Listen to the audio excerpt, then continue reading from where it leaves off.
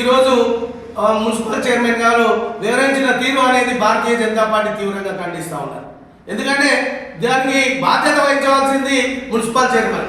అధికారులు ఏమన్నా కానీ ఎవరేమన్నా కానీ పట్టింపు లేకుండా చేస్తూ ఉంటే మున్సిపల్ చైర్మన్ లేకుండానే తెలియకుండానే అలా విగ్రహాలు జరుగుతున్నాయంటే అది మున్సిపల్ ఆఫీస్ అసలు అలా చైర్మన్ ఉన్నాడా? పాలకవర్గం ఉందా? ఇక ఇంత దారుణంగా ఈ రాష్ట్రంలో కానీ దేశంలో కానీ ఏమైనా జరుగుతారా?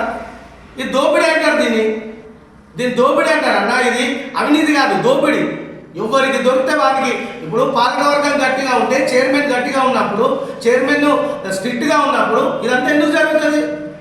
ఇక్కడ స్టేజ్ మీద పేలూరు అయింది కాబట్టి అధికారులు ఆ విధంగా లోపల ఏం జరగలే, మేము ఏం చేసినా నడుస్తుందిలే అనే ధోరణిలో నడిపియడం అనేది జరిగింది. అధికారులు మేము గతంలో కూడా 2 కోట్లకు సంబంధించి ఈరోజు జరిగిన అవినీతి మీద మేము ఖచ్చితంగా మున్సిపల్ ఆఫీస్ ముందు ధర్నా కాదు, మున్సిపల్ ఆఫీసు దిగ్బంధం కూడా చేస్తాం. సిగ్గుండాలే. మొత్తం రామాయణపేట ప్రజలకు సంబంధించిన ఒక్కొక్క రూపాయి కనీసం మోర్లు లేవన్నా, నీళ్లు లేవన్నా ఈరోజు రామాయణపేట ఏం చేస్తున్నారన్నా?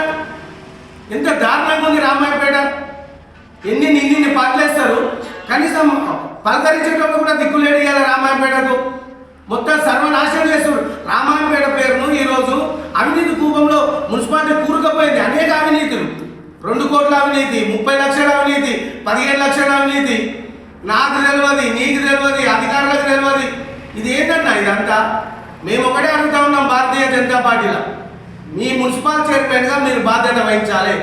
ఎవరైతే తప్పు చేసిరో వాళ్ళ మీద చర్యలు చేపట్టాలి. వెంటనే అధికారులను సస్పెండ్ చేయాలి. తాళాలు వేస్తే కలవదన్నా. ఆఫీసులకు తాళాలు వేసిన బుక్కులన్నీ అన్నీ ఉన్నాయి. అట్లా కాదు మేము చెప్పేది.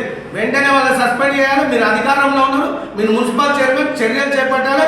కలెక్టర్ దగ్గర పోవాలి, వాళ్ళని సస్పెండ్ చేయాలి, రికవరీ చేయాలి. 2 కోట్ల మీద కూడా ఖచ్చితంగా చర్యలు చేపట్టాలి.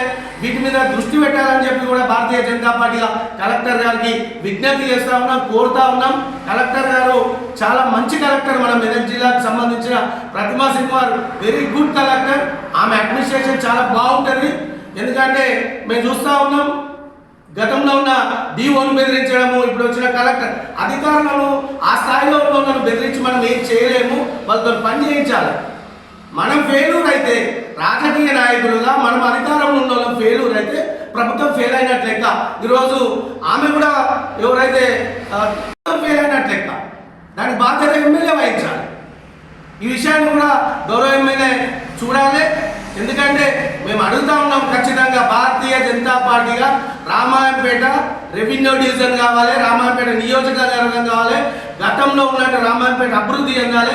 రామాయంపేట కోసం భారతీయ జనతా పార్టీగా మేము ఏ దానికైనా సిద్ధంగా ఉన్నామని చెప్పేసి ఈ సందర్భంగా తెలియజేస్తూ ప్రజలు కూడా దయచేసి ఆలోచించాల్సిందిగా మీ అందరికీ విజ్ఞప్తి చేస్తూ అవకాశం కల్పించిన బీజేపీకి